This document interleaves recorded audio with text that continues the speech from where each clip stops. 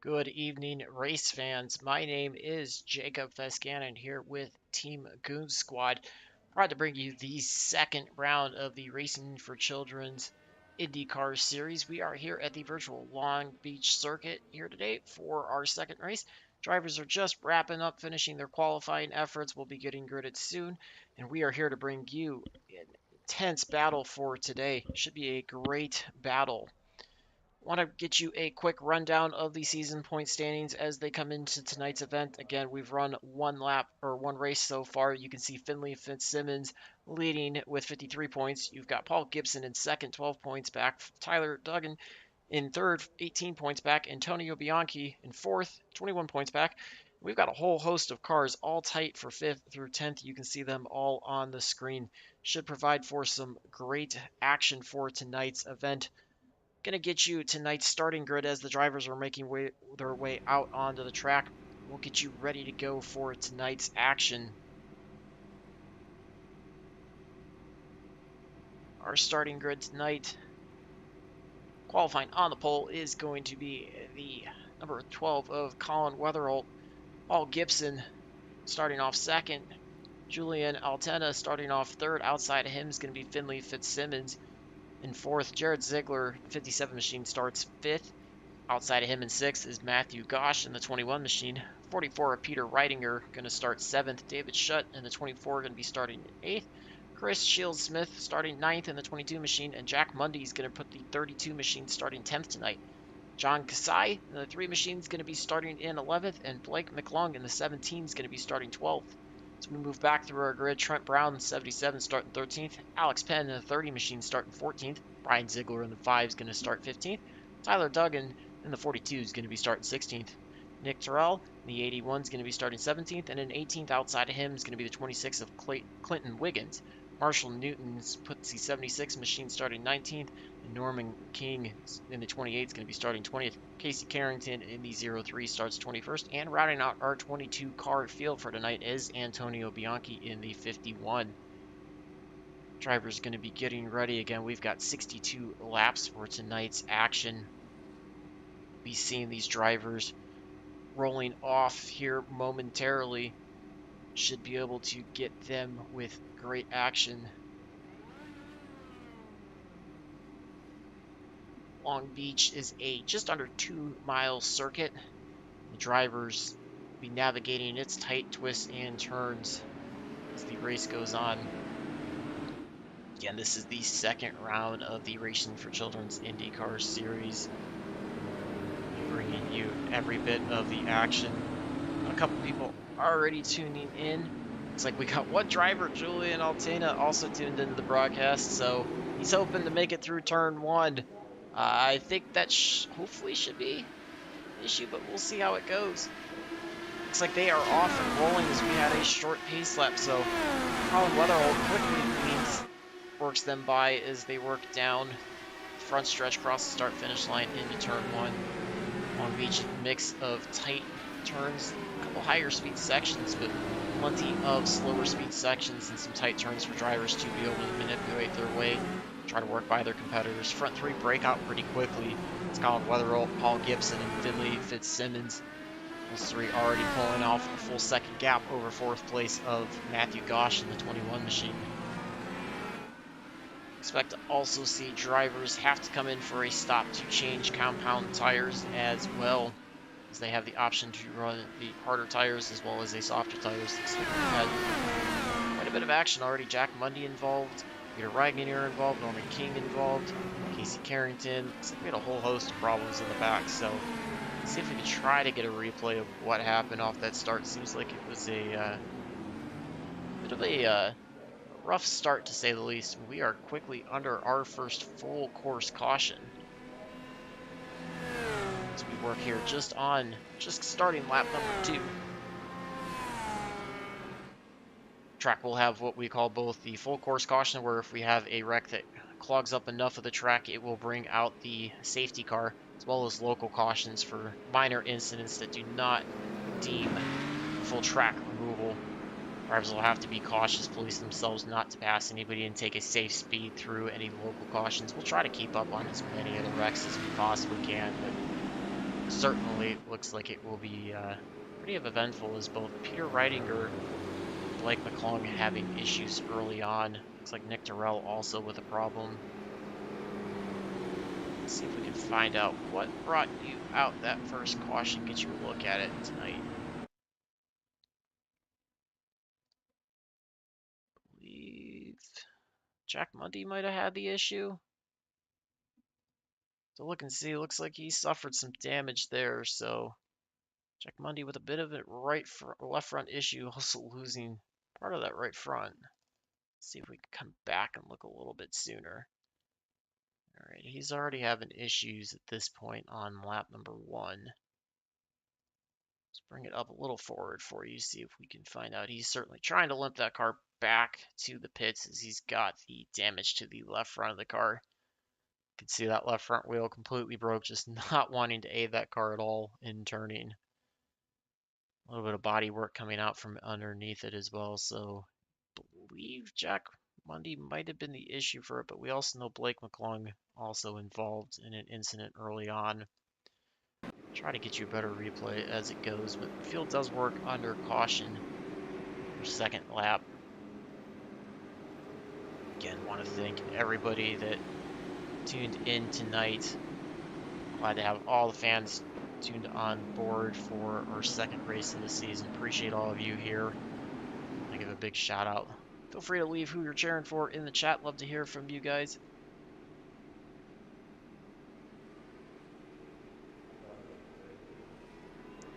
Love to hear from you guys as well. Always great to have all the fans tuned in. Some of the drivers already tuned in, but other drivers as well. Love to go back and watch this after the fact. See who all is out there cheering them on, supporting them. Looks like this will be their last lap under caution. Nobody jumped into pit road yet that was not involved in any incidents. Looks like we've got roughly about half the field from 13th place on back is all on pit road. And everybody running the Dallara IR12 updated IndyCar. You can see the full windscreen. This is the latest in IndyCar for the IndyCar series.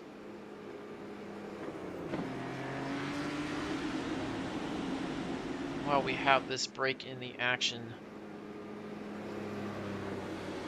I also want to remind you that tonight's race is brought to you by Propane Depot. Propane Depot has been family owned and operated since 1994. Provide propane delivery and service to the Texas Hill Country and South Texas region with their 3 locations in San Antonio, Pipe Creek, and Utopia, Texas. Propane Depot upholds the highest standards personally and in the interest of the safety of the general public in the sale, use, and transportation of liquefied petroleum gas, also known as LPG or propane. Check out more at www.propanedepot.net. Big thanks to Propane Depot coming on board to sponsor this league. Without all of the sponsors that you see in the right-hand corner, would not be able to do it without any of these. Certainly appreciate everybody, and we here at Team Goon Squad are proud to bring you coverage flag to flag of not just tonight's event, but the entire season, Racing for Children's IndyCar series.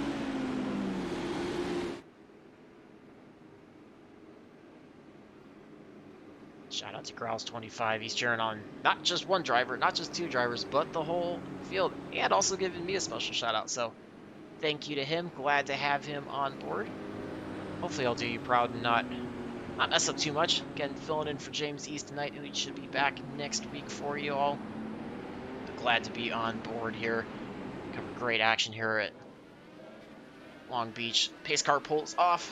Colin Weatherholt puts us back under the green flag as he crosses the start-finish line. Tries to jump out to an early lead. Paul Gibson in the 631 machine, not letting him get away. Finley Fitzsimmons in the 6 also not letting them get away. So we're seeing another 3-car breakaway from the field as we start again here. Looks like they're about 0.6 of a second ahead of the 71 of Julian Altina. I would say for the most part, the front made it through turn 1 like Julian was hoping for. See how they do. These drivers work their way around.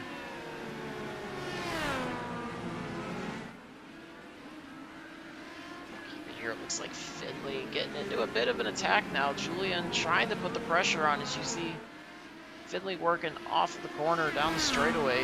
Julian going to take advantage of that draft on the long backstretch, try to do what he can to see if he can put himself in a position to capitalize on a mistake by Finley. Knowing still though that it's very, very early on in tonight's races. We are only working in lap number 4 of 62, working our way through the tight hairpin. It's a bit of a tough place to pass just due to how narrow it is, but certainly you can try to set up a great exit out of it onto the front stretch. Try to draft off of the competitor, catch them. A little bit of a separation now in the front. Colin Weatherholt's got himself out to a 3/4 second lead over Paul Gibson. Paul Gibson about a second and a half of this battle here for 3rd and 4th between Finley Fitzsimmons. Julian Altina. Looks like we go back under our 2nd caution. It's like Brad Ziegler might have had a bit of an issue.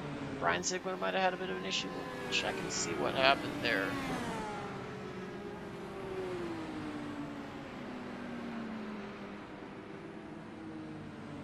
Take a look as they all work under caution. See what happens to Brian Ziegler. If this is anything of note that brings out this caution, or if we had a bit of an issue.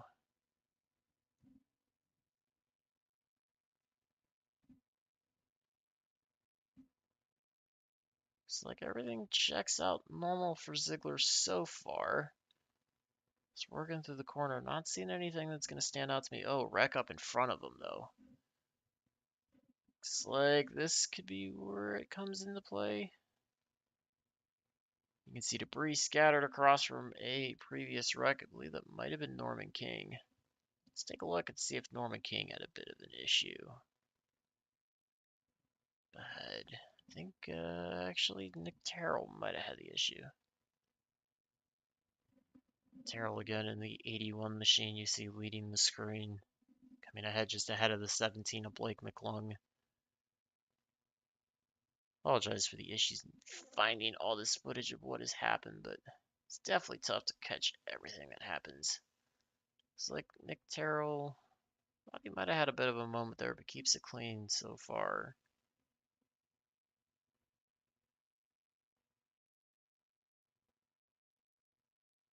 Not seeing any issue that way. Oh, we got a big wreck up here. 44 is involved, and then McClung gets into the back of Terrell, sends him around, and that just piles everybody up coming into the hairpin.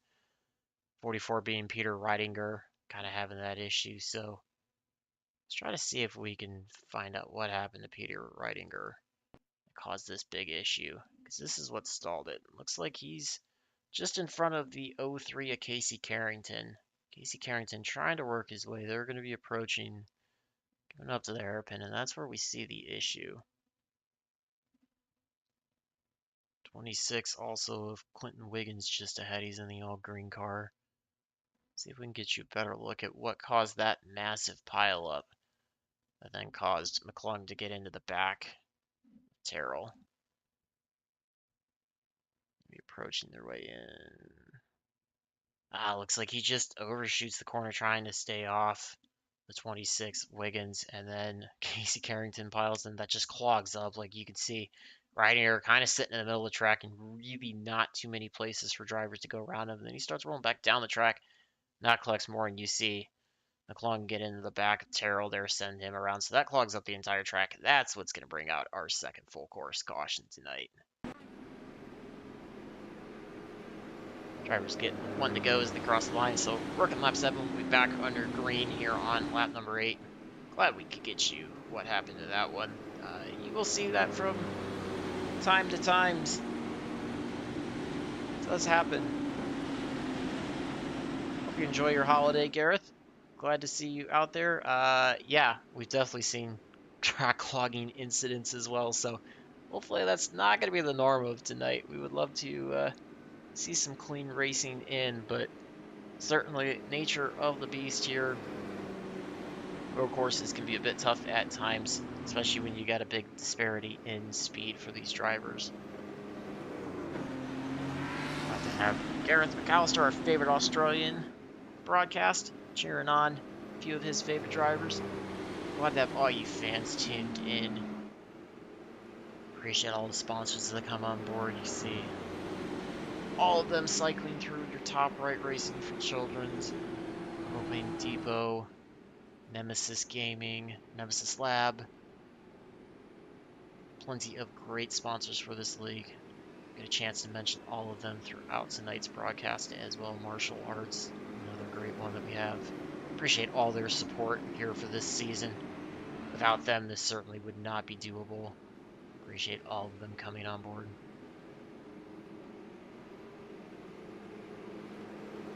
This car will be pulling off this time by. Work their way down the back stretch.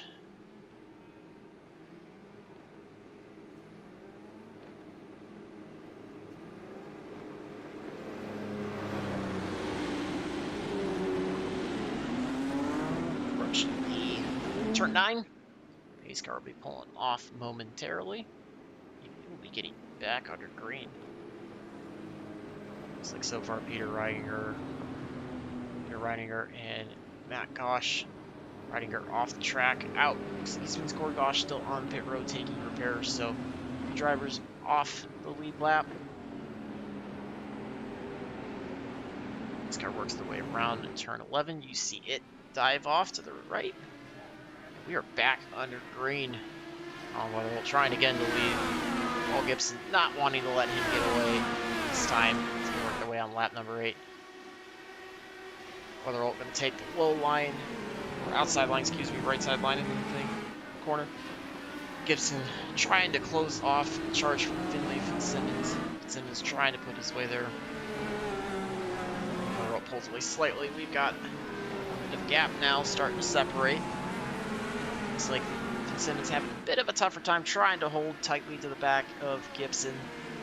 Altina also doing a much better job hanging on to the back of Gibson this time as they work their way on lap number 8.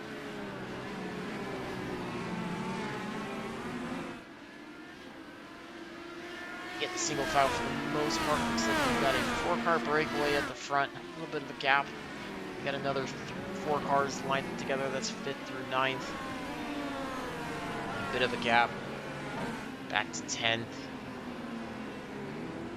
For the most part, staying fairly separated out. Seeing a couple cars close together, but starting to get into a little more single file lines.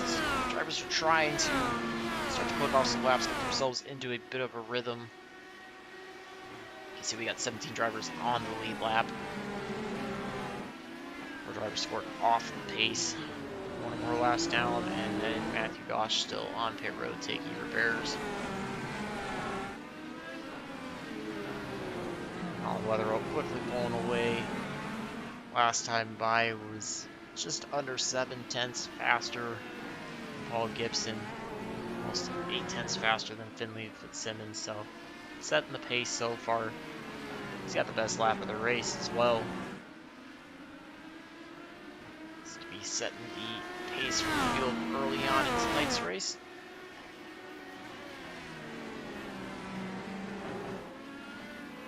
Another viewer in there cheering for Finley. Finley drawing the crowd support. gotten to race with him before. He's always a very respectful race. Another shout out to another viewer, Emil Jr., lending support for the broadcaster. Which I'm definitely going to need it, because I do not call left and right turns very often, so bear with me if I make too many mistakes tonight. Weather will quickly taking charge of the field, leading him around back onto backstretch. Working his way quickly into turn number 6 and 7. Take the hard left-hander. Continue to open it up. Looks like front four started to separate out a little bit. Weatherholt with almost a full second lead over Paul Gibson. Finley Simmons 6/10 back, another 3/4 of a second back to Julian Altina, and then a big breakaway. It's almost 3 3/4 seconds back to David Stint. David Stint quickly under the attack by the pit 7 of Jared Ziegler. All this on lap number 10. Last time by Ziegler about 1/10.5 faster than David Schutt. Putting him under pressure as he tries to work his way by the 24 car, take over the 5th place spot. You can also see the 3 of John Kasai trying to work his way up into this battle for 5th and 6th as well. The drivers on the move, got quite a few that started towards the back, but have been able to navigate some of the early wrecks. Some repairs from them. Casey Carrington up 8 spots, Marshall Newton up 8 spots, Tyler Duggan up 7 spots, Alex Penn up 6 spots. Drivers making some movements. Unfortunately, we've had a couple drivers fall back. Matthew Gosch lost 16 spots from his 6th place start, and Reidinger also lost 14 spots from his 7th place start.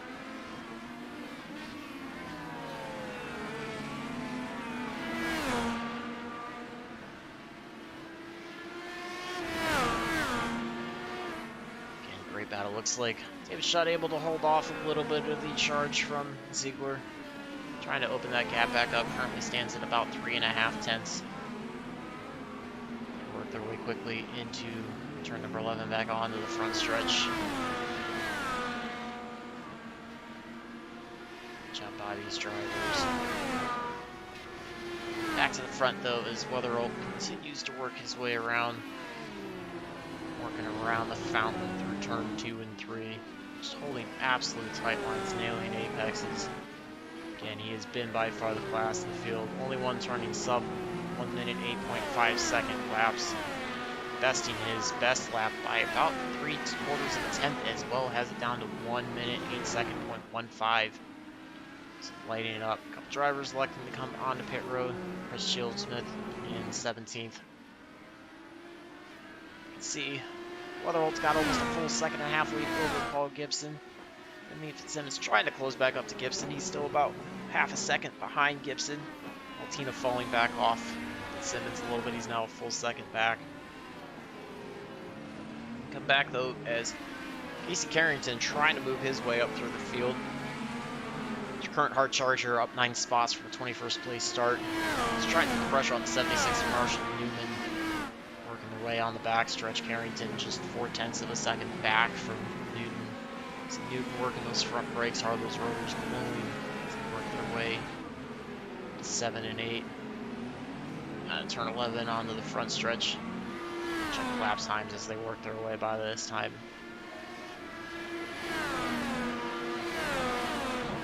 This time by Carrington, 2 seconds faster than Marshall Newton. So what I would expect.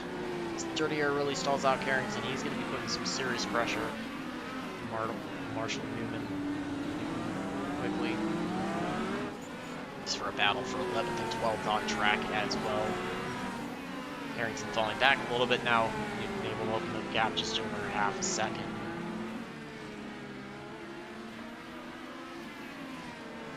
Shieldsmith pitting early. We now have 16 drivers of our 22 starters on the lead lap still as we work lap number 13.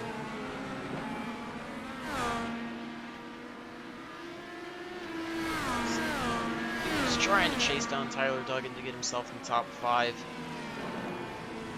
This time by the Duggan about a 2.5. David Schutt pits out of the 7th place. I believe he's going to be coming checking in for a tire change. Drivers mandatory to run the primaries as well as the softs. Some drivers elect to choose to do that throughout this race, see if that strategy play comes in to effect for these drivers.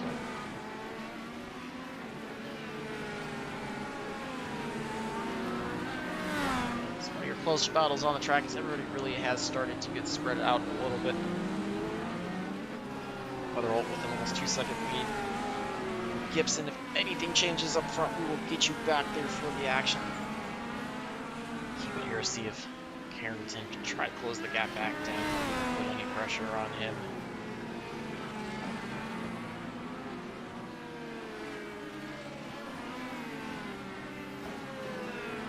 Not sure, Gareth, if anybody started on the primaries. I'll try to find that out for you. Tough to check that from up here at times, but if I hear anything, I will certainly let you know what I find out.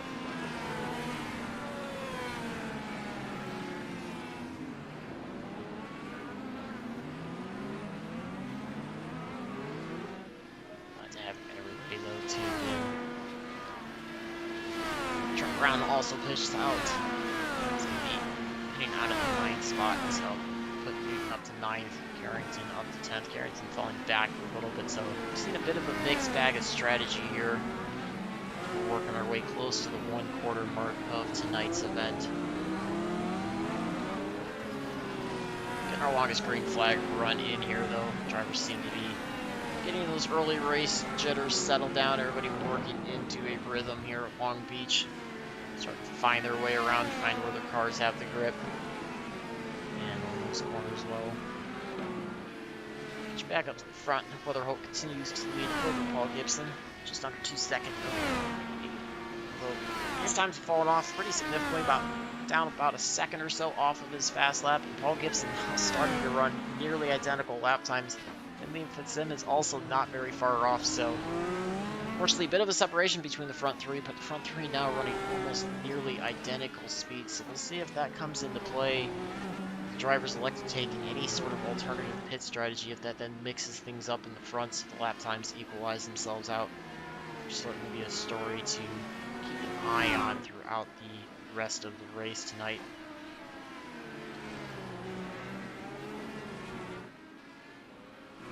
Paul Gibson a little bit back. Fitzsimmons was closing in. Fitzsimmons had the gap almost down to a 1/2 second to Paul Gibson.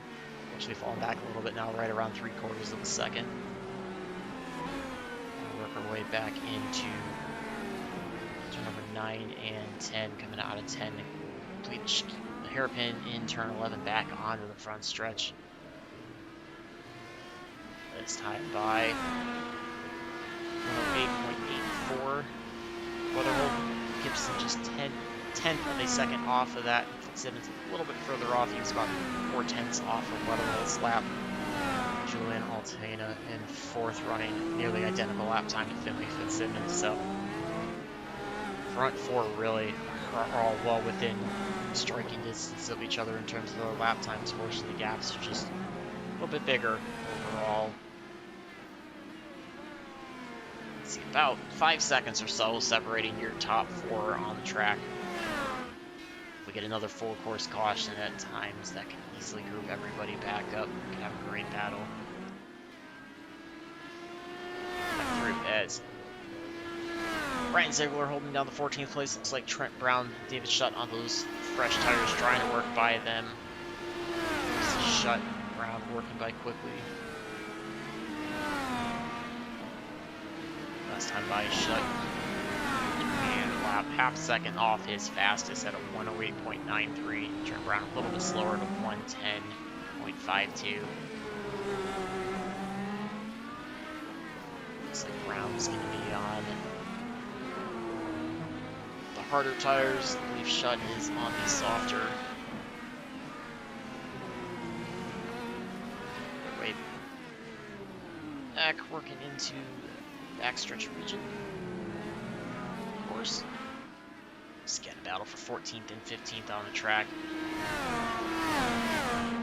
10 separates these drivers. Jump up front as Marshall Newton quickly coming under attack again from Casey Carrington. trying to work by him. Works to the inside of Newton, so Carrington takes over the 9th place spot, put Newton back into 10th, and just as quickly as I say that, looks like lap car trying to work by Newton as well.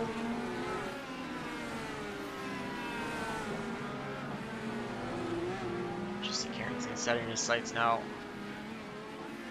Lap traffic up ahead, trying to close down to Tyler Duggan, but he's got 4.5 seconds to go to get to Duggan.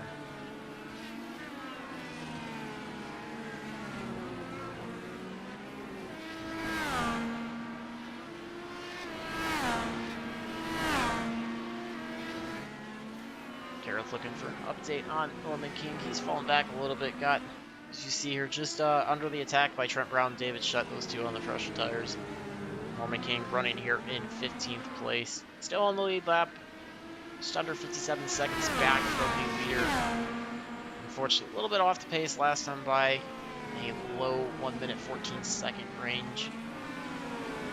He was one of them to come under our first caution of lap 2, so a little bit of alternative strategy. Mired back a little bit in the pack, but still not quite a third of the way through the race, so he's got plenty of time to try to work his way back up through the field. Back up to the front as Fitzsimmons is trying to put a big battle onto Gibson. Now the first time we've seen a challenge for 2nd place. Looks like Gibson a little loose coming out of turn number 11 onto the front stretch. Fitzsimmons putting his nose. Gibson's slipstream. Try to go by on the left-hand side.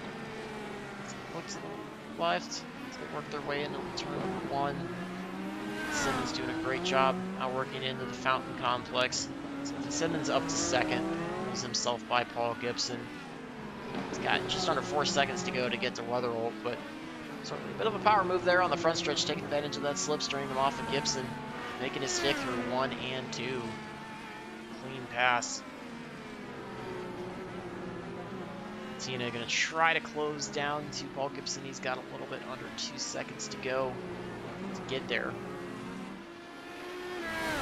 It's like Blake McClung and Jack Lundy on and off the pit road. And might have had some issues.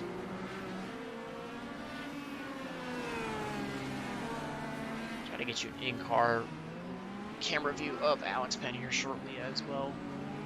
Get you a lap on board with him around the original Long Beach circuit.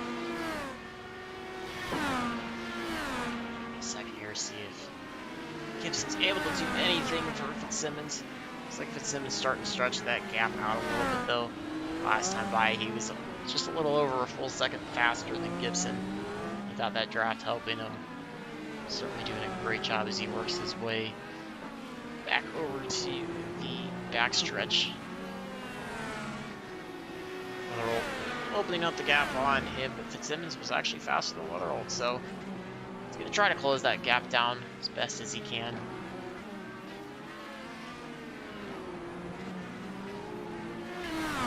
Marshall Newman hits out of 11th place, so it's a bit of a change. Field as drivers electing now to come in and take their service tonight's race.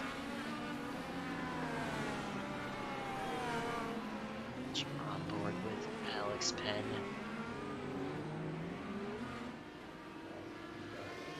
Relatively soon. Marshall Newton also pitting. Ziegler on pit road. It's a bit of a mixed bag of pit strategy as drivers trying to elect when is the best time to come in. That pit stop to switch compounds, the mandatory compound usage for tonight's event. Right, we're going to jump on board with Alex Penn. He's working here on the front stretch. He lap around the original Long Beach circuit. He's working his way on the front stretch, going to be approaching turn 1. Set himself up for that hard left-hander. Puts himself in the 90-degree corner. Now into the turn 2, turn 3 complex around the fountain. Working that curbing, brings himself back out to the wall. On the throttle off it quickly again for Hart. 90-degree right-hander. Sets himself up for the second 90-degree. This is where he gets onto the backstretch. Is he going under the bridge, roller coaster? Very scenic point here. Hart left-hander. got lap traffic in front of him, working his way. Backstretch. Back underneath Firestone Crossway. A little bit longer stretch here. This is coming into the 9 and 10 section. 9 the right-hander, 10 the left-hander. He's going to bring it into the hard 180 hairpin. Turn 11, back onto the front stretch. That is a full lap around the virtual Long Beach circuit. Just see how quick these drivers get through these straights. They provide a lot of speed, but they also, a lot of tight turns, a lot of hard braking zones to navigate. Allows them to set up a lot of passing opportunities, but you have to be pinpoint with those apexes and those curves. As street circuits, you can get yourself a little bit out of place, certainly disrupt the car and end up in the wall and Drew Day. So great job by Alex Penn on board. Just gives you a sense of how fast these drivers run this line and how far on the edge they are.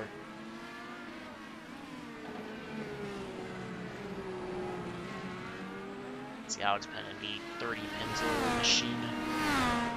Got a bit of a gap back to Tyler Duggan, just a little over 11.5 seconds, and he's got just under 8 seconds to go to John Kasai. So some lap traffic he's contending around with, but trying to work his way up towards the top 5.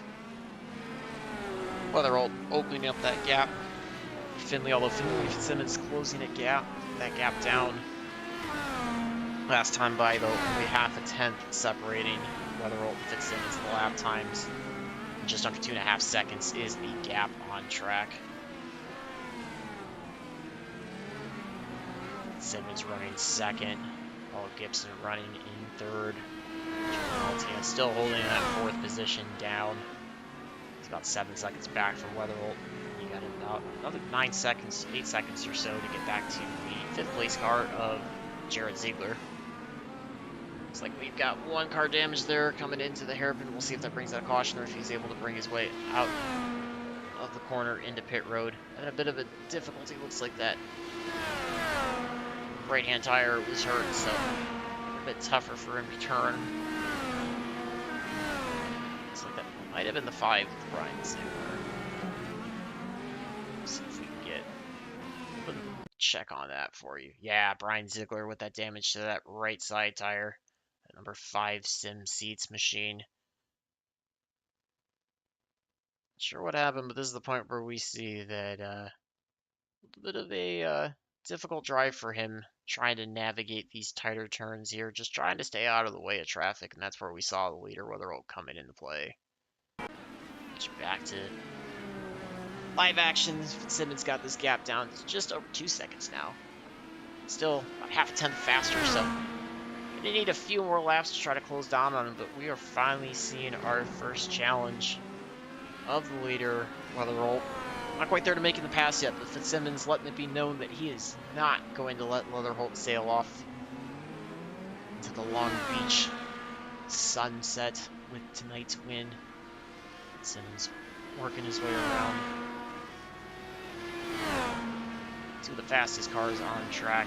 The drivers with a little bit of fresh tires setting fast lap times as well, but by and large, your front 5 still your fastest drivers on track, and still only about 4/10 or so separating 1st through 5th in terms of the individual lap times. Obviously the gap, as you can see on your left-hand scoring pylon, much larger than that, but it's pretty even, equal racing amongst the top 5.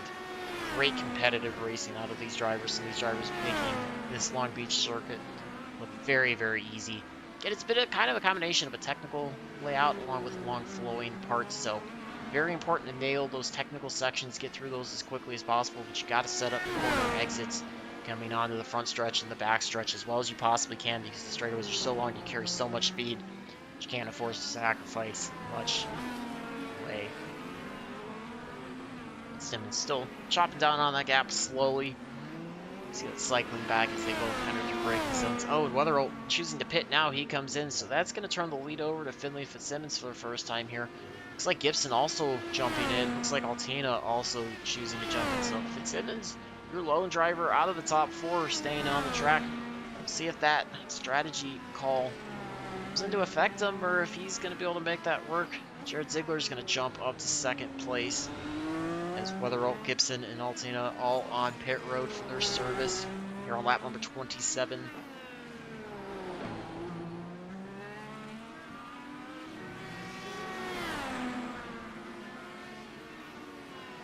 Alright, here we're seeing that pit stop by the front three forces Fitzsimmons, Ziegler, Kasai to start thinking about it. You got a couple drivers putting their way in the top 5 for the first time this week due to that, or tonight due to the pit cycle. Alex Penn up into 4th, first time. Weatherall comes back out 5th place on track. That is going to leave just 5 drivers in total left to pit for the first time tonight. Fitzsimmons, Ziegler, Kasai, and Penn, your front 4 that have not pitted. Tyler Duggan, also your one driver that is not pitted back through the field.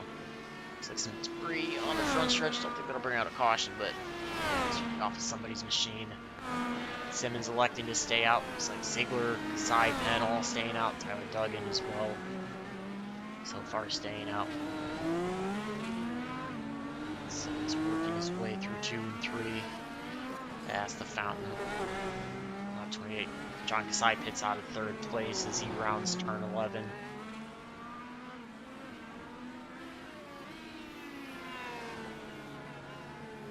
See how much longer Fitzsimmons and Ziegler elect to wait to pit. Get you updated lap time differential between Weatherall and Fitzsimmons. Weatherall's going to be on those fresh tires. Fitzsimmons, the older tires.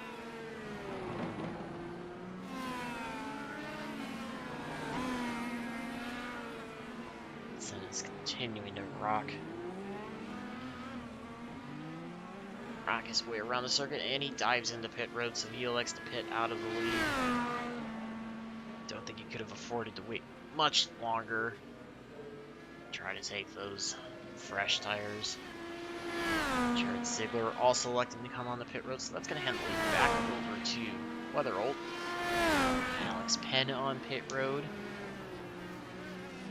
So you're going to have Weatherall with now, once he inherits the lead, getting back on the front stretch. Currently, what is a 4.5 second lead over Paul Gibson. Julian Altina is another 5.5 seconds back from Gibson, so what will become your front 3 as they work their way down the front stretch. Passed by Fitzsimmons and Ziegler. They've separated the front 3 out a little bit. It's going to be a factor of how well these drivers got on and off pit road in their stalls, as well as how hard they've been pushing those tires once they return back on track.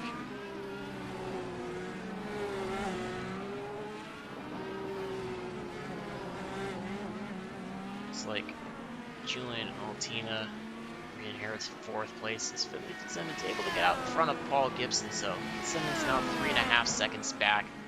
So you can see lost about a second or so in that exchange by waiting those last couple laps compared to when Weatherall came in the pit. He's got just under 3 seconds ahead of Paul Gibson, so pretty comfortable margin for Fitzsimmons. You see him just in the back of the shot.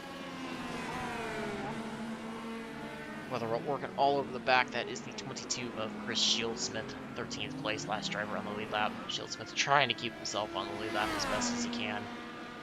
Weatherall's hounding him with fresh tires. Shieldsmith was lap in on lap 11, so 15 lap older tires, which is going to account for some of that speed differential there. Trying to do his best to stay ahead of Weatherall. Simmons quickly closing the gap down. He's got the gap down to around 2.25 seconds. You see him working his way out of the fountain section. Ziegler continues to hold himself in 5th place after that cycle. Carrington up into 6th place. Looks like Alex Penn had a bit of an issue. He's now scored 1 lap off the pace, down in 14th.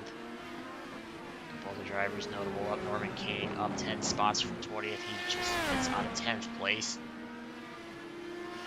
So a few drivers still with some rough luck. Gosh, Peter Reidinger, your 2 drivers scored out. Jack Mundy, he's also scored out of tonight's event. Blake McClung unfortunately scored out of tonight's event. Ryan Ziegler a couple laps down. So we've got 12 drivers. 11 with Weatherall getting by Chris Shields-Smith to work here on lap number 31.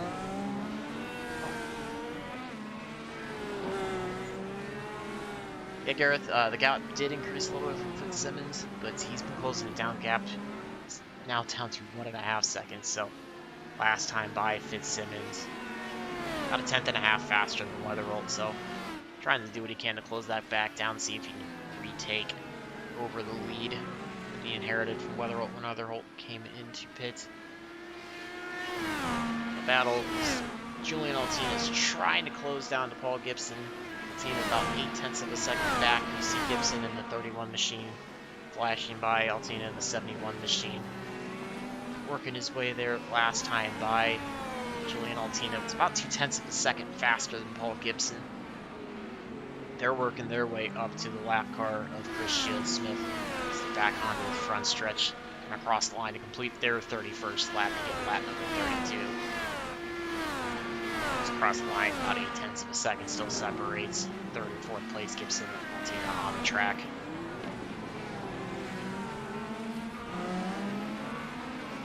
Fastest driver on the track last time by was Finley Fitzsimmons, turning a 1 minute 8 second .2 lap. That is his fastest of tonight's event.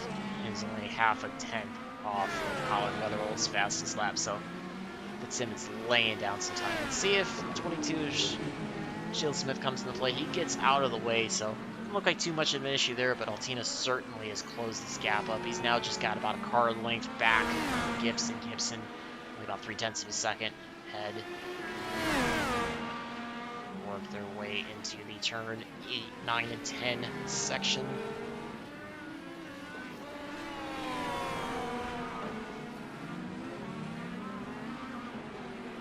Great battle here shaping up between third and fourth.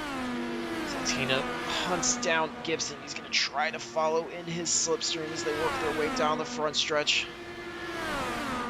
Round into turn 1, 2.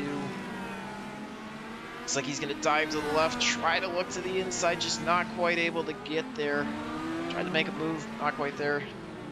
Trying to find any kind of open air to the inside or outside of Gibson. Gibson not fazed by Altina's efforts. He stretches the gap back out to 0.8 of a second as they work their way onto the backstretch. Gets a little bit loose, putting the throttle down, trying to pull away from Altina. Those harder tires are a little bit tougher for these drivers to work. Work on lap number 33. Great battle here, though, for third and fourth. We're going to jump back up to the front as Finley Fitzsimmons is putting on the pressure. Colin Weatherall, he's got it down to just half a second now. Last time by, though, almost nearly identical lap times. These two. We also have the 77 of Trent Brown as they just worked by to put Trent lap down. So just 9 drivers now left on the lead lap here.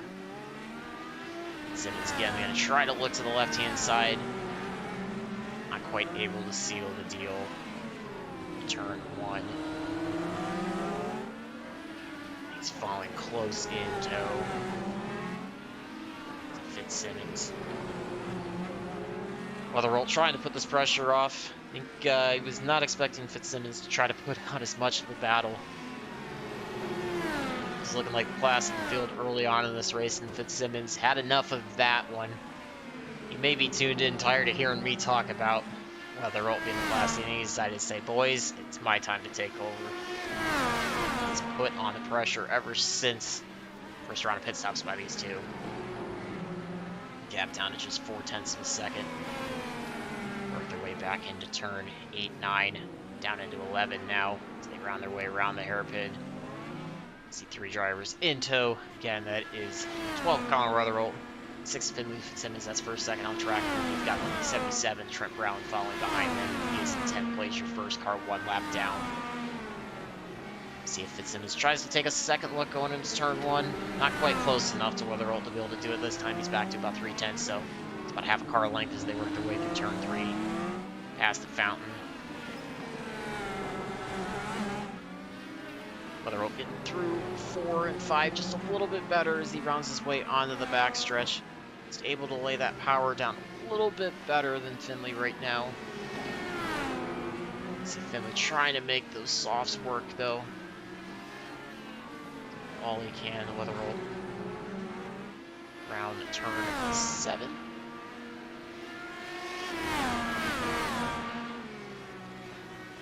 Grabbed a hard right-hander into 9. So he's starting to separate the gap a little bit again, back up to about half a second though. Simmons might have pushed that car a bit hard, maybe possibly put a little more heat into those tires than they would have liked. To back off, let them cool a little bit. It's limited grip level on those softs. You got to try to take advantage of them as much as you can, but you got to be careful not to step over the edge and use more than the available grip and upset them. What you do, it's hard to get that back, but Fitzsimmons quickly closing it back down through 2 and 3. Working to 4, about a car and a half back from Weatherholt. It's a great battle up for the lead as they work their way out of turn number 5 onto the backstretch. Casey Carrington just off in the distance running 9th. He'll be the next victim.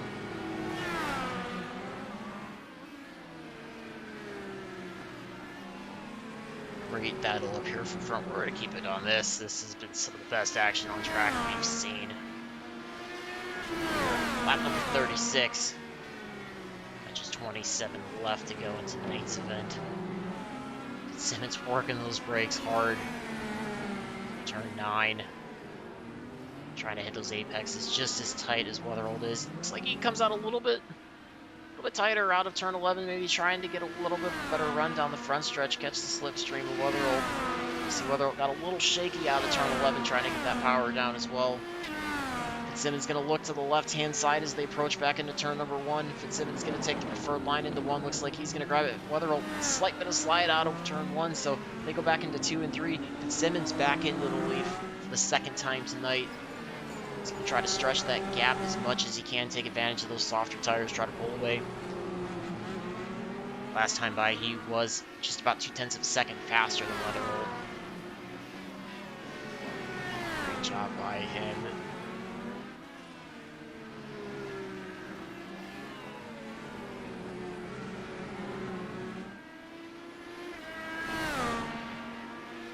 Appreciate everybody tuned in. Had a great event so far. Had a couple cautions early on, but everybody able to stretch their way out, start to find some rhythms. Things get spread out a little bit, so able to click off quite a few green laps, more of what was expected out of the night as everybody navigates Long Beach circuit. 9 drivers on the lead lap still. Casey Carrington, your last driver, 1 lap down.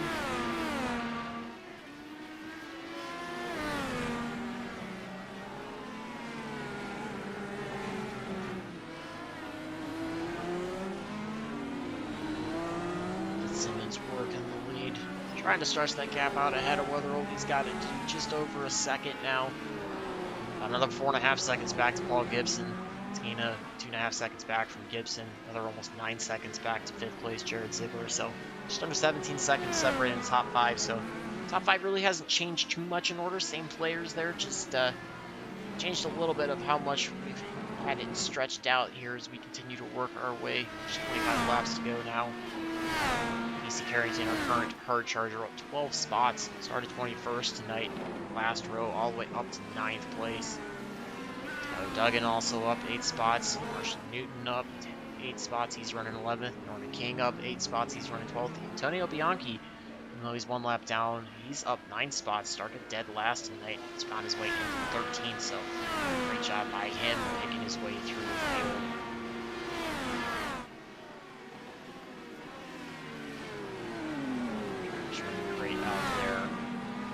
Curious to see strategy comes into play at all. Fitzsimmons, a little bit of a right front lockup there in the fountain section. So we'll see a little bit oscillating that code, but might have slightly grabbed that outside retaining wall, trying to use all available tracks. Some sections of Long Beach certainly are very narrow. Drivers try to maximize the total width of the track to get the best entry into the following corner, try to maximize their speed. Curious to see if Fitzsimmons starts to fall off a little bit later on, those softer compound tires, if he pushes too hard, or if he's Gonna be cruising to a decent victory. David Shutt pulls himself onto pit road. It's out of 7th place. See Fitzsimmons approaching the 0-3 car, Casey Carrington. Try to quickly put him a lap down as they work their way out of the hairpin, out of turn 11, back onto the front stretch. Carrington with a little bit of a better exit. Fitzsimmons still going to run the tow. Carrington down the front stretch. See if Carrington gives way soon, realizing Fitzsimmons' pace. Carrington tries to hold on to that lead spot. Looks like he does. Gives Fitzsimmons that inside preferred line as they work into turn number 1. Falls right in line behind him. So it's going to put one car in between Fitzsimmons and Weatherall. Quickly close that gap down a little bit. Fitzsimmons dealt with Carrington. We'll see if the gap opens back up or if Carrington gets out of Weatherall's way fairly quickly. See Trent Brown now going to try to battle Carrington for position. He's going to have to work his way by Weatherall, but keep it here as there's going to be a battle for 9th and 10th on track developing relatively soon. Trent Brown has just under 9/10 of a second. The last time by it was about 5/10 of a second faster than Carrington, so might try to set up a pass by Carrington if Weatherall can get underneath him, and he'll try to take opportunity of that to get by him.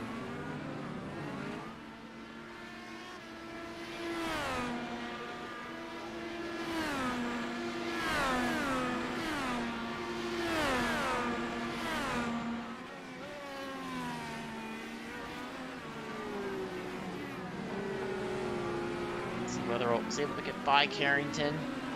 So now Brown's going to try to set his sights on Carrington as they work their way through 2 and 3. Brown just 4/10 of a second back from Carrington. This will be a battle for 9th and 10th on track.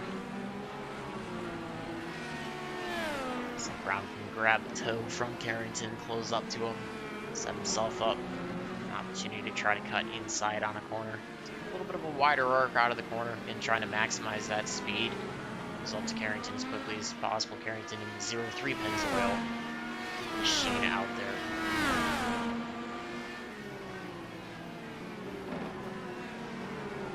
Closes the gap down to just 1/4 of a second now. Good for about a car length and a half. So they work their way through 9 and 10. Back into 11.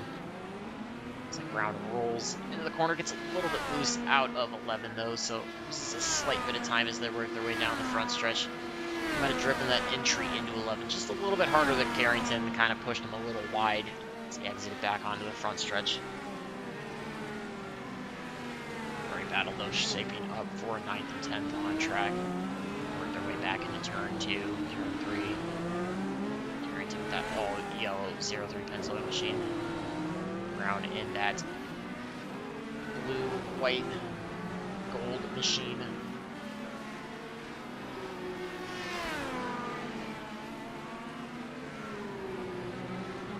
Trying to close up on Carrington again.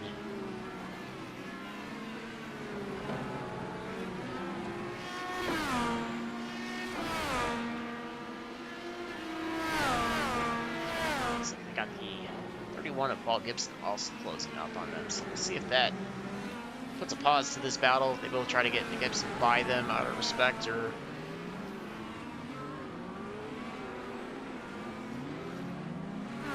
they're able to continue this battle.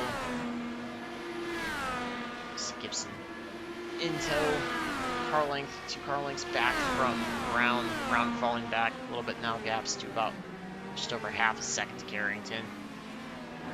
Last time by Carrington, 1/10 of a second faster than Trent Brown. Carrington finding a little bit of a resurgence, trying to fight off the charge from Trent Brown, hold on to that 9th place. Fitzsimmons has his lead up to a 2.5 seconds.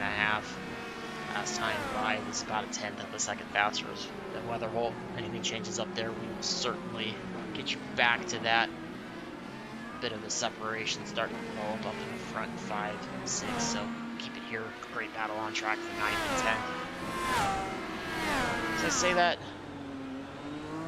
it's like Tyler Duggan had a bit of an issue. See the 24 David Shutt working by him. Shutt's going to go on by, so that puts Shutt up into 7th. Tyler Duggan back to 8th. What's going on? Just a little bit ahead of Wetherholt. And to answer your question, Gareth, Finley does come back in. And we got our 3rd caution of tonight, full course caution. So it's going to bring a bit of a pause to the action. Wetherholt's going to resume, take back over the lead. So Fitzsimmons coming into pit road as well.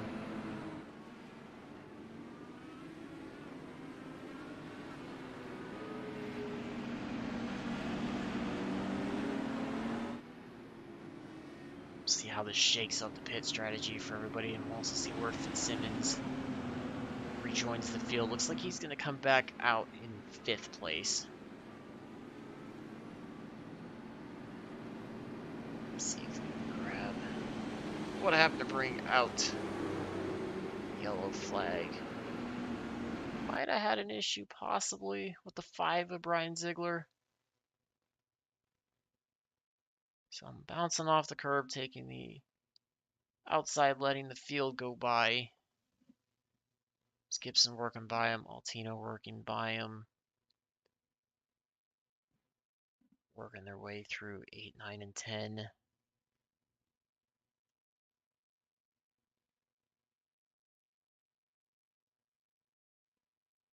See if we can see if anything happens to Ziegler, or if this was possibly maybe Antonio Bianchi with the issue.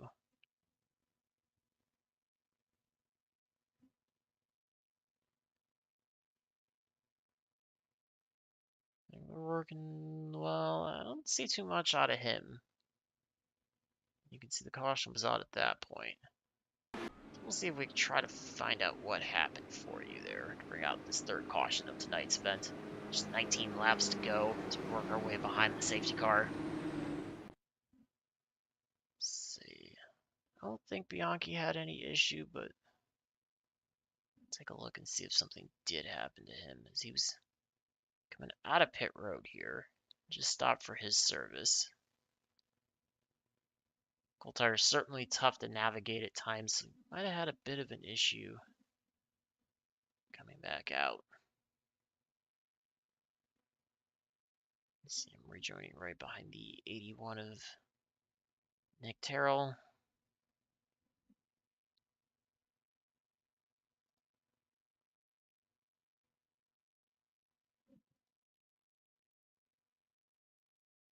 So gets back out and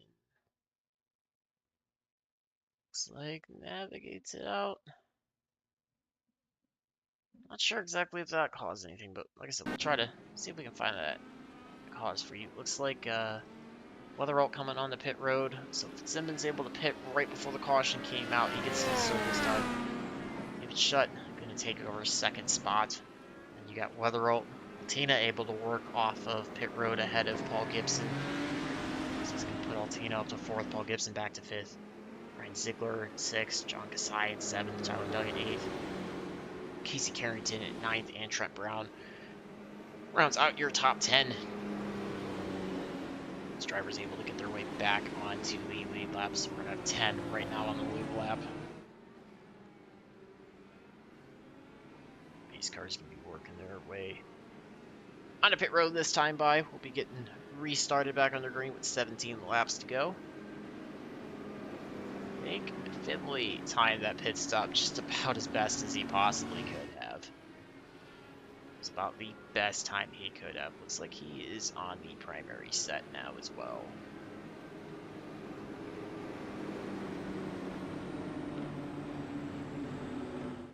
Take this moment while they work their way on the backstretch. Also want to thank not only Nemesis Lab, Propane Depot, Martial Arts, Racing for Children. I want to thank Utopian Organics coming on board to sponsor this series. They were founded in 2018. Utopian Organics strives to supply the best heirloom seeds, organic soils, amendments in the Texas Hill Country. Through carefully selected materials and handcrafted compost teas, Utopian Organics focuses on the promotion of healthy living soil through safe and sustainable means. If you'd like to know more, feel free to go check out their Facebook page under utopian.org. The link again is facebook.com/utopian.org. Just as I say that, we are back on green flag action here. 17 laps to go. Simmons trying to jump out to a quick early lead. You're going to see Weatherholt start to put the pressure on David Shutt. They're going to work their way back into turn one. No problem for Weatherholt. He works right by Shutt. He's going to set his sights on Fitzsimmons. Wants a little bit of revenge for that last run, trying to get back by him. Also going to see Altina going to start putting pressure on Shutt. Shutt staying out in the last on lap 38, so a few lap older tires than the rest of these drivers. Everybody's going to start putting the pressure. Oh, looks like Altina locking it up a little bit, goes wide through the corner. That's going to let Gibson by him. I think he had to check up a little bit earlier for Shutt than what he expected, so it's going to put Gibson. Oh, we got a big wreck behind on turn number 5. Big crash. That's going to involve Kasai. He has to take a tow. Casey Carrington, I believe, also with some damage out of that, and that's going to put us under our fourth full-course caution for tonight. There's a big wreck there involving a few drivers. John Kasai in that, Casey Carrington in that. That's going to give Fitzsimmons a bit of a reprieve. He's going to be able to retain that lead over Weatherholt.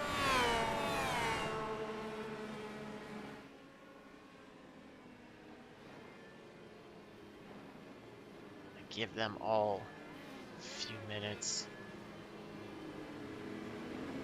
So they'll sort it out. Maybe get the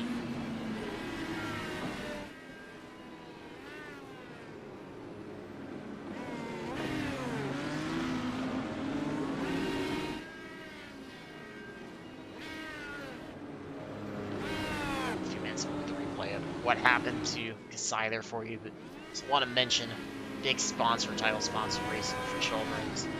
Appreciate having them on board. Racing to cure childhood cancer and blood disorders.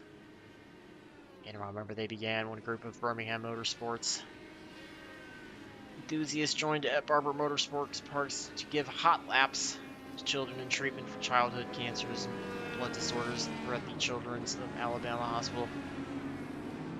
Drivers were originally doing this as a means of distraction for the kids, but enjoyed it so much, realized it's just more than that distraction that evolved into an ongoing platform to raise awareness and funding for the Alabama Center for Childhood Cancer and Blood Disorders. They also support other Children's of Alabama initiatives, and since 2010, they have hosted an annual fundraising dinner and weekend of events for the Children's of Alabama kids during the Honda Indy Grand Prix at Barber Motorsports Park. Continue to provide hot laps on special days at Barber Motorsports Park throughout the year for the kids of the Children's Alabama Center for Children Cancer. Great to have them all on board. Such a worthy cause. If you're interested in helping at all or taking part, donating, feel free to check out their website, https://racingforchildrens.org. Great organization. So glad to have them on board. Alright, let's see if we can grab you what happened to John Kasai that last restart. So you're going to see Kasai, he's going to be in the 3 car. I think this is where he's going to have the bit of the issue.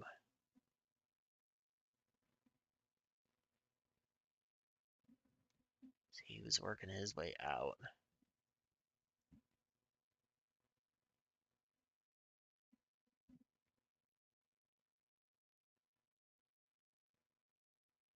Looks like he's working his way at this point just behind the V57 of Jared Ziegler.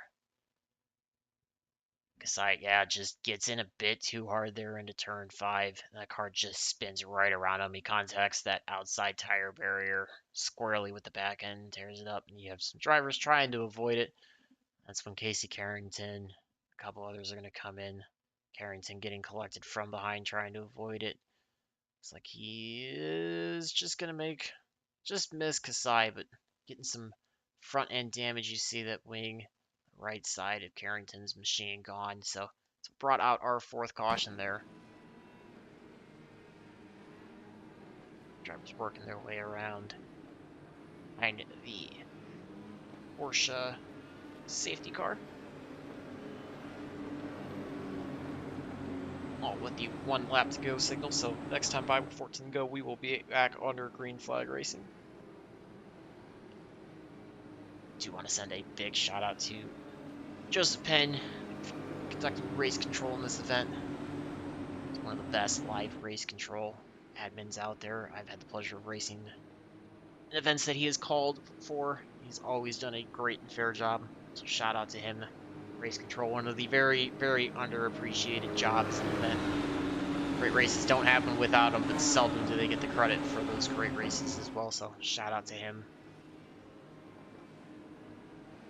With the laps ticking down, we're going to see senses of urgency start to ramp up here. Drivers are going to feel like they have less laps to make.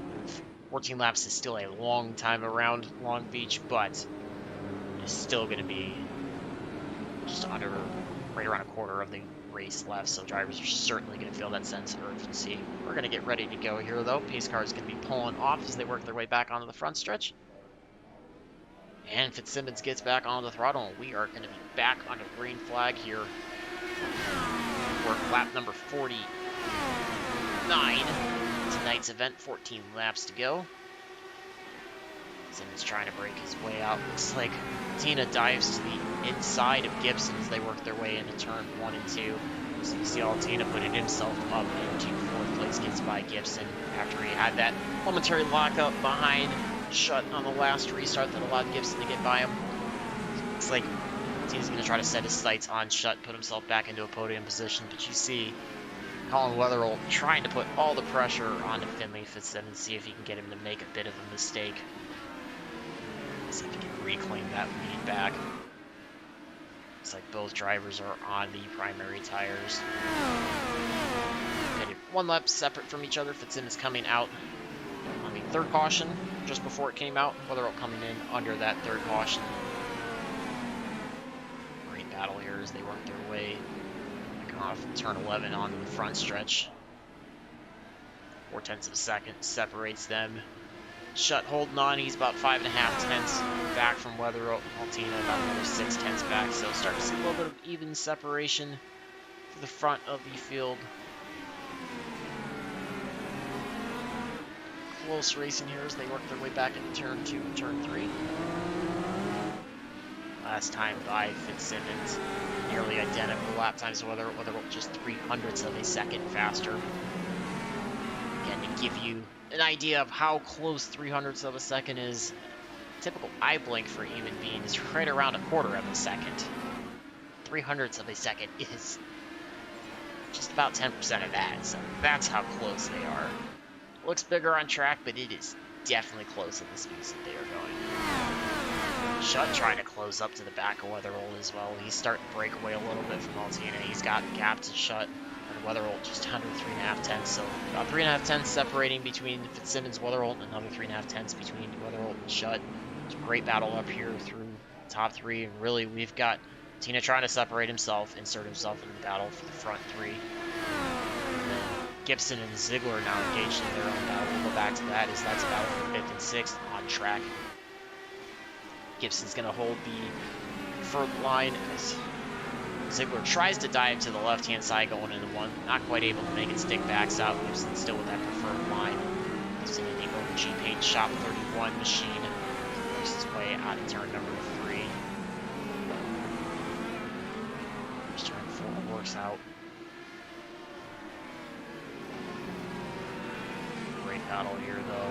Great battles existing all throughout the top 5 and top 6 of the field. These restarts bunching everybody back up, allowing them to push hard. A lot of drivers taking those pit stops, change tires as well. It's still a bit of a mixed bag of which compound tires the drivers are on, but certainly engaging in some great battles.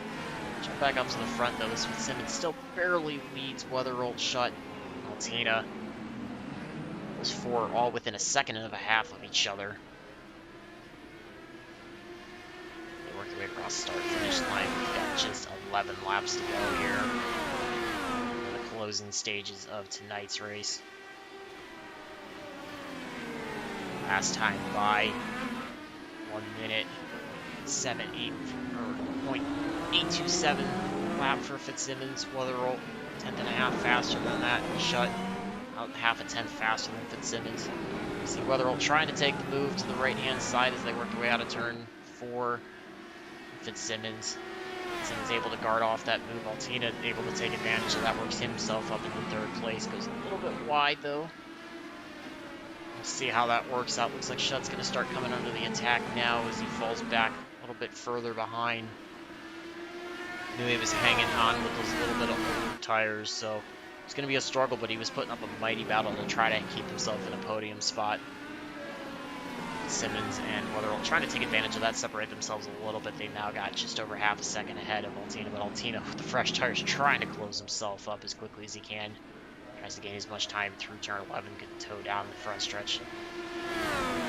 Got the front 7 all within 3 seconds of each other. And then about another 5 seconds back to Tyler Duggan in 8th. So great battle up here.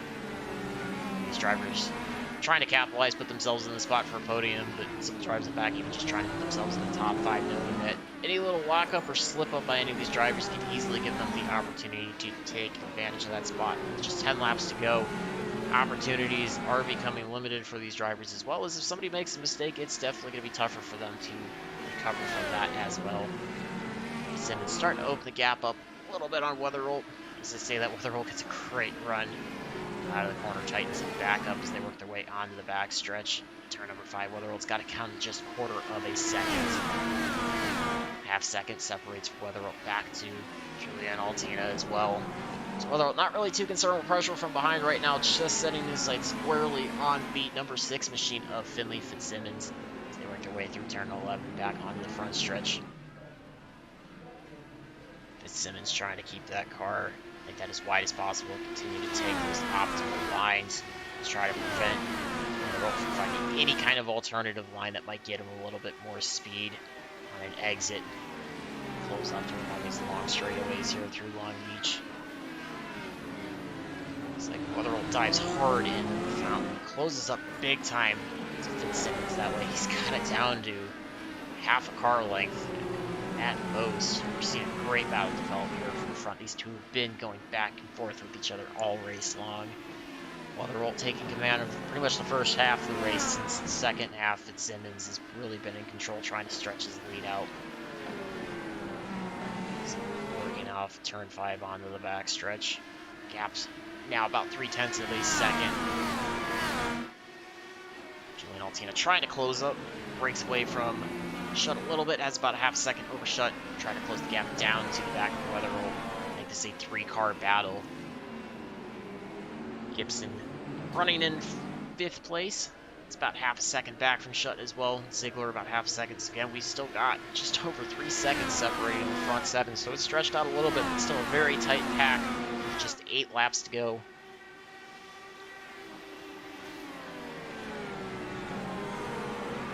Simmons working his way back through 2 and 3.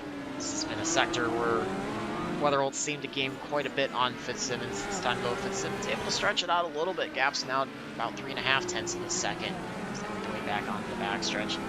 Last time by Fitzsimmons, about half a tenth slower than Weatherall. So Weatherall, Altina, Shutt, Gibson all putting nearly identical lap times down.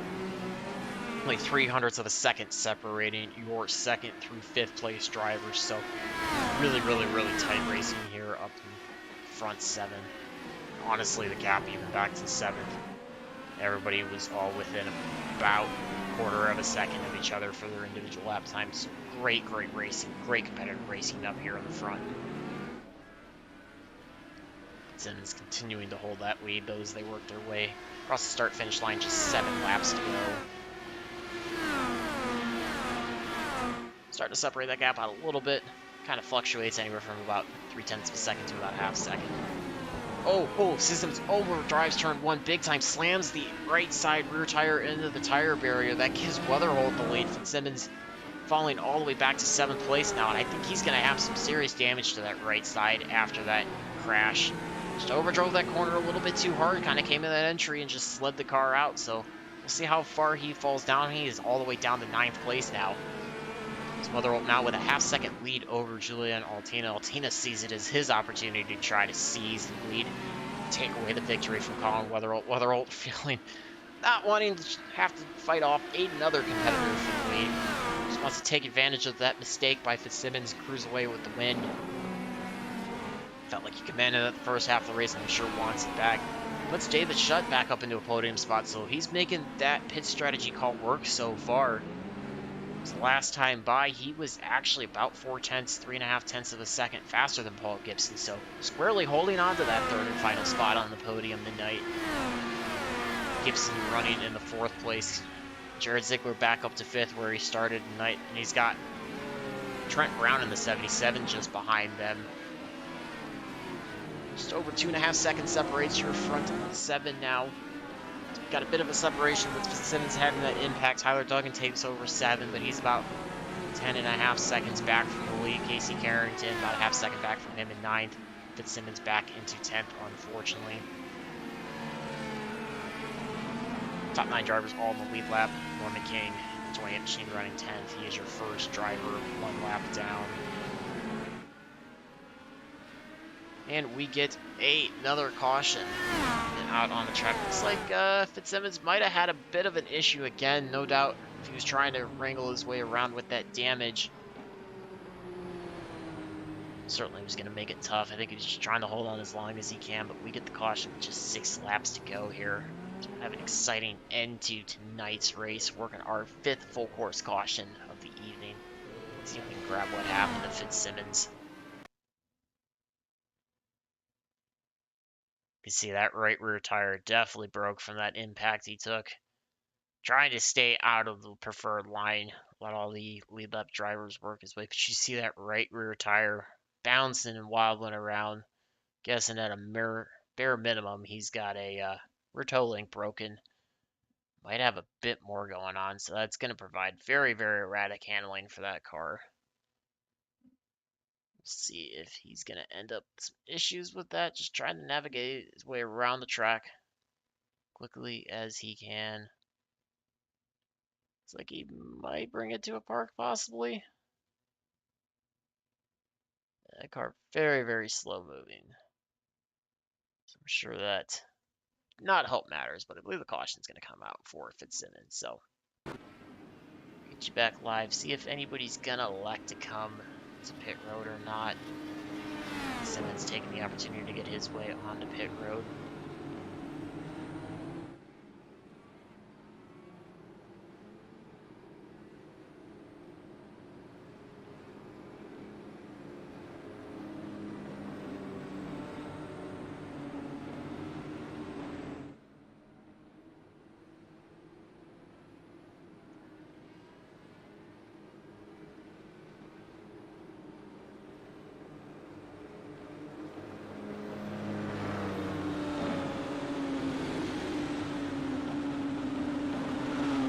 Thank all the fans that tuned in to tonight's race. Glad to bring this all to you. It's been a great race. Had a mix of cautions. Great battles up front. Great action amongst the top 5 or 6 or so. And we get this late race caution is going to tighten everything up. I want to thank all the sponsors as well that have come on board for tonight's race. Certainly Racing for Children's title sponsor, great for them, but also gotta mention Nemesis Labs, Martial Arts, Propane Depot.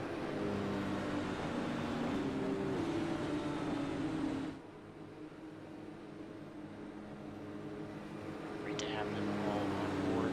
Appreciate all their support.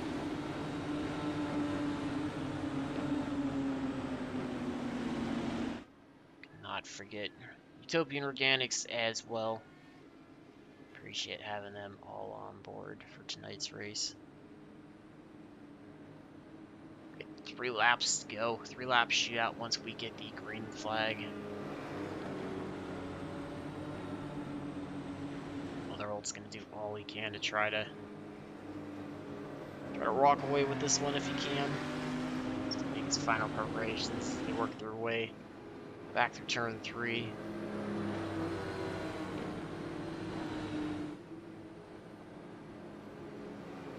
See if Julian Altina can put the pressure on Weatherall, try to steal that victory away. He's got himself in second. Schutt's going to be trying to do all he can to hold off Gibson and Ziegler, try to keep himself in a podium spot. Trent Brown, Tyler Duggan, Casey Carrington, all trying to look to improve their positions as well as they are all on the lead lap. Norman King up one spot with that issue for Fitzsimmons, puts him in ninth place. He's your first car one lap down. Chris Shields Smith running in 10th place. He had a bit of an issue earlier tonight, but still finds himself top 10 run. It will be a very, very interesting run to the checkered flag tonight. See a mix of long green flag runs as well as short runs. So these drivers can get it sorted out and battle aggressively but cleanly to finish out the final 3 laps, or if we're going to get another 4-course caution before the end of it.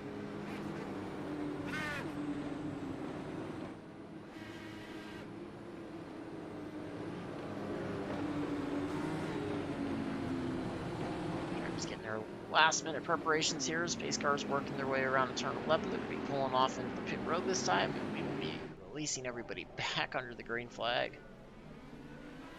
We are going green again here with just 3 laps to go. Weatherall trying to get the jump. Shutt trying to get the run on the right hand side of Altina. Quickly looks to the outside. Altina's going to throw a bit of a block. Shutt's going to go to the right hand or left hand side. He's going to try to work into the lead. Oh, he gets a big wreck. It's going to collect Altina. Gibson's collected in that. Quite a few cars collected in that. You see it getting clogged up. We've got Gibson upside down, so we are going to go back under the full course caution. There's quite a few drivers collected in that one.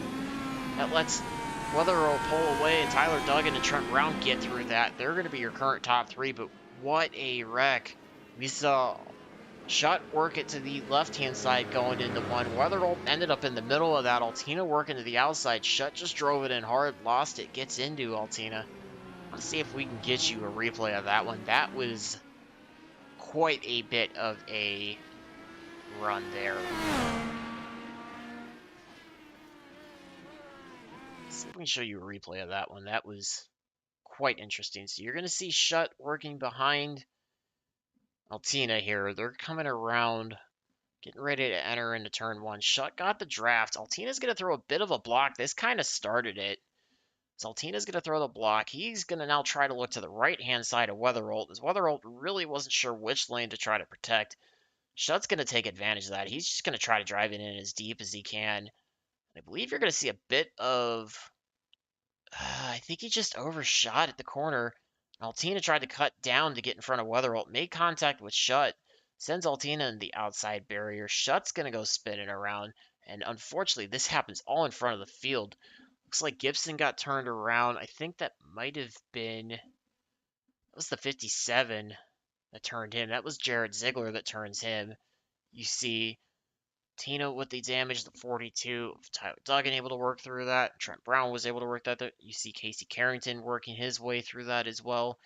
Gibson upside down. A couple other drivers trying to avoid this. They're just getting slowed down, trying not to get too much of an impact out of that. But yeah, that clogged everybody up and just changed everything here in these closing laps. It's hard to call. I think it was definitely over-aggressive driving by Shutt trying to make that move stick, but I think Altina also has a little bit to own up with that one. I think he just probably thought he was able to cut down and was not expecting Shutt to push as wide. And I think if you're going to vote for the move of the race, I think you got to give that to Colin Weatherall. I think he definitely had, as Gareth calls in the chat, had the awareness to realize that that maneuver was not going to work into turn 1. Just backed out of that one to watch the chaos ensue, find his way right through it so that he didn't have any issues getting by these drivers. So great job by Colin Weatherall. That looks like that probably will be the race-winning move. Yeah, again, really hard to say. It's kind of a racing deal, but not know I'm going to keep saying it, but Shutt definitely sent it in really, really hard. Probably too shallow of an entry into turn one with too much speed and was never going to make it stick, but Altina definitely had to realize that the angle that Shutt took in, he wasn't going to be able to make that stick, so he was likely going to cross, push wide coming out of the corner, and Altina just turned in and had Shutt right there on his left side. I don't know if Altina was going to be able to avoid him completely. I think he probably would have to try to take a little bit of a secondary braking to dive and maybe cut across behind Shutt and let Shutt go into the wall. We were still probably going to have a collision that was going to collect cars, but Altina might have been able to navigate that one. That just certainly that's what happens when you get 3 laps to go. Drivers smelling that that's their last opportunity, trying to take advantage of the restart, get themselves as much track position as possible. That unfortunately is what's going to happen sometimes. Which certainly does not detract away at all from the competitive racing that we saw out there tonight. Great job by all these drivers. So with that, we are only going to have 5 on the lead lap. Colin Weatherholt, your leader, Tyler Duggan, your second place runner, Trent Brown, and the 77 machine running third. Casey Carrington able to survive quite a bit, finds himself in the 4th place. And Jared Ziegler somehow has just continually kept himself in 5th place. Even when drivers switching hands positions both ahead of him and behind him, he is still finding himself consistently in 5th place. And this is our 6th full course caution of tonight's race. I believe this will end tonight's event under caution as well.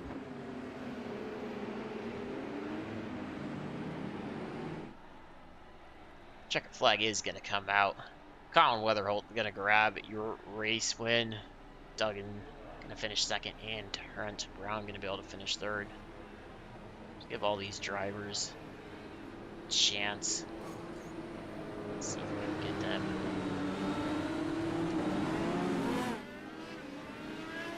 Post-race interviews shortly.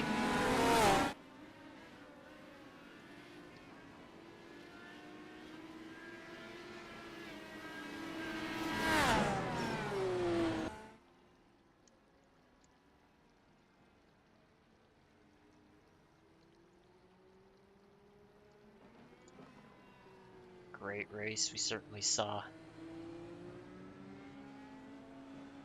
a very interesting one. Battles throughout the entire night. Short runs, some long runs, cautions bringing out cautions. Certainly one of the most exciting finishes I've seen quite a long time. Yes, unfortunately, we do finish under the safety car.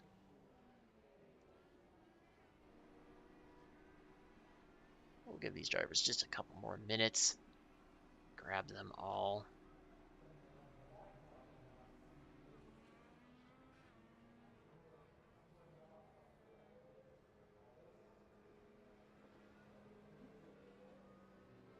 Colin Weatherholt just a minute to finish his celebration, and we'll see if we can get most interviews. Looks like we've got him, so we're going to bring in our 3rd place finisher, Trent Brown.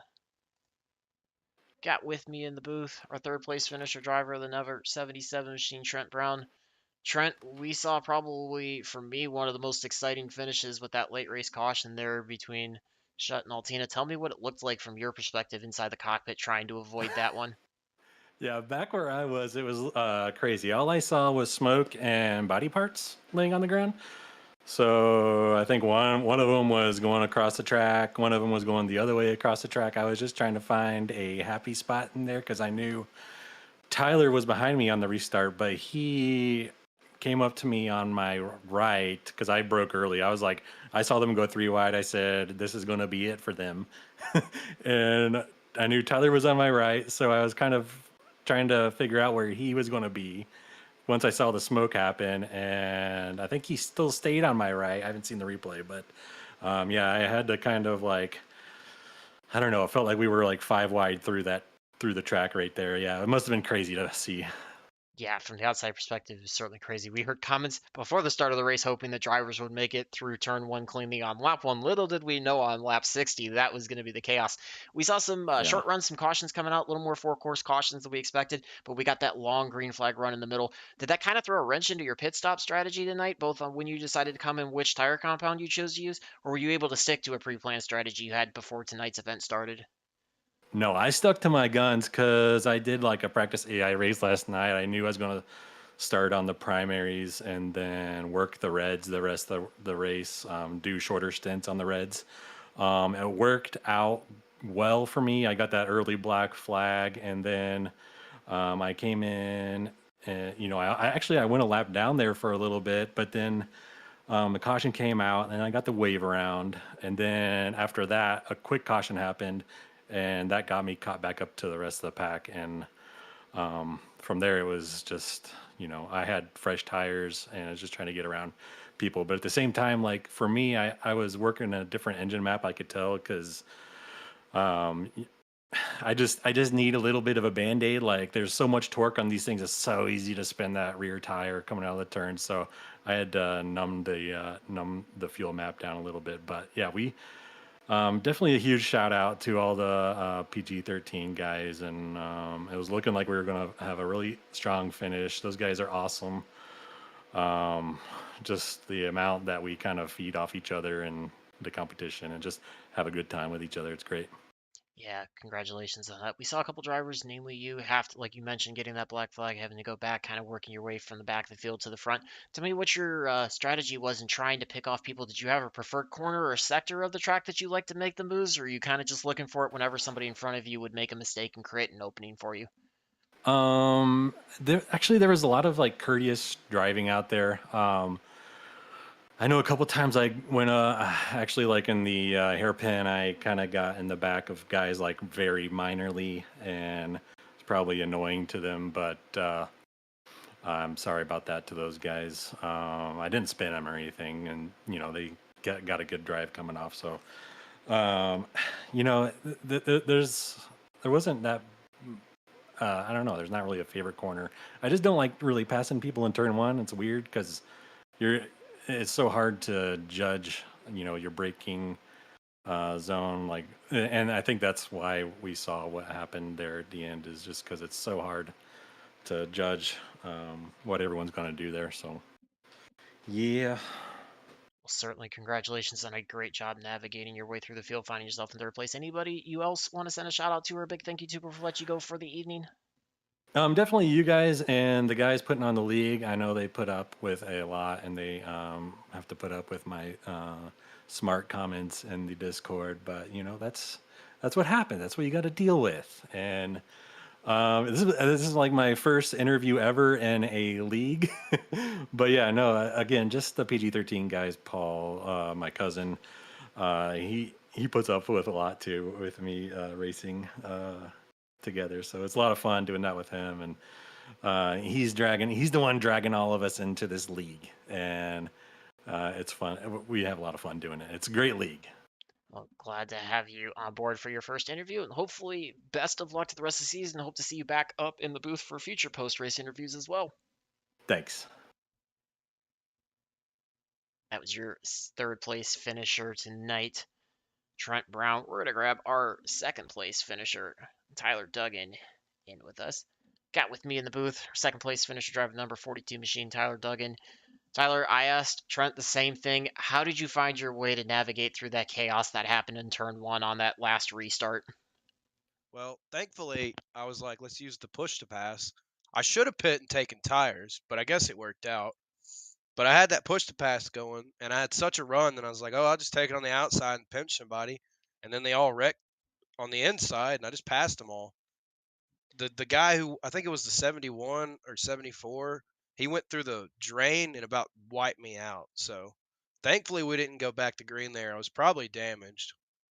Yeah, it was certainly quite a bit of a chaotic run there on that restart. We saw a couple drivers kind of going back and forth all night long, taking between pit strategies, the way the cautions fell, getting involved in wrecks. Did you have any adversity that you felt like you had to get yourself through and try to recover from, or was it a pretty clean and easy race for you? It was actually way cleaner than I expected. I only hit the wall and got a 2x one time, and I didn't even have to fix anything. Um, I got I was racing with Casey a lot, and that was fun. But other than that, I wasn't really around too many cars. I was able to get a good enough jump off the restarts because just about every time I would start in that little hairpin, and I'd just jump people by about I don't know, half a second or more. Enough to where I really didn't have to fight them. And I just took it easy the whole race. It seemed to work out perfectly. How did your tire strategy change with the quick succession of cautions we got there at the beginning of the race and then got that long green flag run in the middle? Did that kind of change your strategy, or did you stick to pretty much the same strategy the whole race? Well, I kept it the same, and I probably shouldn't have because I started on the black tires and never pit until I ran out of fuel on lap maybe 30 or so. People behind me pit on those first couple cautions, and they were passing me on reds because they had already made the switch. I probably should have done that, but I mean, it worked out in the end. But I definitely got passed up by a few guys there because I got behind on strategy because of the early wrecks. But like I said, it worked out. I can't be too mad. This is my first Indy road course race I've ever done too, so I'll take it. Well, certainly, congratulations on a great run that way. Anybody you want to send a shout out to or a thank you to before we let you go for tonight's race? Yeah, my wiener dog Toby and Marshall Newton again for painting me some awesome cars. He's the best out there. Well, congratulations on a great second place finish. I would say Oh, and that's you for broadcasting. Sorry, I didn't mean to interrupt. Oh, absolutely. Glad to be on Can't board wait for to you guys. watch. I'm glad to call you for a first podium for an IndyCar road race. I think you fared far better in it than I would have. So, wish you the best of luck in the rest of the season. Hope to look forward to see you back in the podium before too long. Oh yeah, thanks. I might be the points leader now, so let's do it. Hey, keep it going. It was your second place finisher driver, the number 42, Tyler Duggan. We're going to get our race winning driver up with us. It's going to be none other than Colin Weatherall. Colin, Jake Vescanen here in the booth. You were able to survive it. You looked like the dominant car early on. Then we had that crazy run wreck right there at the end, and somehow you navigated your way through it. Talk me through how your whole race went from start to finish. Hey, yeah, the race was actually pretty good. Got a little hectic there in the center and towards the end, but got it on pole and got a nice little gap there at the beginning. Ran some good laps and didn't get quite lucky with the last caution, so it kind of put me behind a little bit behind Finley. Made it through his little error, and you saw what happened there on the last restart. That was some crazy racing. Yeah, we had one viewer comment that you probably made the move of the race once you caught. Did you have like the preconceived notion when you saw Shutt go to your left side and Altina go to your right side that you knew those two were going to come together in lap one and that's why you bailed on it? Or was that just kind of like a reactionary move once you saw both of them head into turn one and you were praying for the best at that point? Being in the middle, I was gonna have to depend on both guys working with me, and I race with David a lot, so I could have just depended on him, but I don't race with Julian all that much. So as soon as I saw what they were doing and how fast they were coming in, I was just gonna try to wait it out and maybe see what happens, and it just barely worked out. I mean, I barely made it through. I think I took some right rear wing damage, but it was definitely reactionary to what those guys were doing, the speed they were carrying. I really didn't want to use a push to pass right there. I thought I could get through the start without a push to pass, but those guys just got a monster run down into turn one, and I guess it worked out. Certainly. We saw some great battles between both you and Finley Fitzsimmons for most of the race. It seemed like you kind of took control the first half, and then Finley, after that caution towards the middle, kind of took back over. Did you feel like he was a little bit quicker than you at that point, and you were trying to play catch up, or were you just kind of waiting it out to see if he would make that mistake and give the lead back over to you? I think him double stinting on the Reds there at the beginning played a big factor in it. The Reds held on better than I thought they would, and thinking that we were just going to be done with cautions, I was just cool with taking blacks for the last 20 or so laps, and I really wanted to go to Reds again at the end, but he just caught that caution perfectly. As soon as he got in the pit entry, he caught that caution, and I was kind of toast there. I didn't want to be stuck out on an even playing ground with some tires that maybe don't last as long as the blacks. So I just went for the blacks. And then when we were racing and I was right behind him, I felt like I had a little bit of pace advantage, but I didn't want to burn through all my push to passes there trying to get around him too early because I figured there was going to be some cautions towards the end. And it all just kind of worked out. I mean, kept the nose clean and brought her home. Certainly, congratulations on a job well done. Anybody you want to send a shout out to or a big thank you to before I let you go celebrate the victory tonight? Yeah, just a big shout out to Team PG-13. We all work really, really hard and work together really well. Me and Paul and Trent and Chris Shieldsmith, and then also Control F12 Media and Amsoil and American Wheelmen, OMG Paint Shop. We all work really hard and keep this team together. Well, congratulations on a great win tonight. Looking forward to seeing more out of you the rest of the season, and best of luck with the season ahead. Hey, thank you. That was your waste ruining driver of the number 12 machine, Colin Weatherall. So that's going to do it for us here tonight. A little bit of a rough and tumble one at times, but certainly a great finish out there. Get you your finishing order on screen for you. Again, this is the second race of the Racing for Children's IndyCar Series, presented by Racing for Children's Propane Depot, Topian Organics, Martial Arts, Nemesis Labs. Colin Weatherall again bringing home that win. Tyler Duggan finishing second. Trent Brown escaping the chaos, finishing third. Casey Carrington finds himself all the way in fourth place. Trent Ziegler finds a way to finish fifth. You see 6th through 18th on track. Fortunately, we did have some casualties tonight. Long Beach did prove a little bit chaotic for some drivers, but overall, really competitive, great racing. Able to keep it pretty clean as we got that long green flag run there in the middle. It allowed some drivers to cycle forward and back, allowed some pit strategy to come and play, and got to see some great racing play out. Scroll through as your last few drivers on there on screen for the finish. So again, for Team Goon Squad, Racing for Children's IndyCar Series, my name is Jacob Fescan, and glad to bring you the second race. Look forward to having you guys back here, same time, same place next week for the third round. Have a great night, everybody. We'll see you all next week.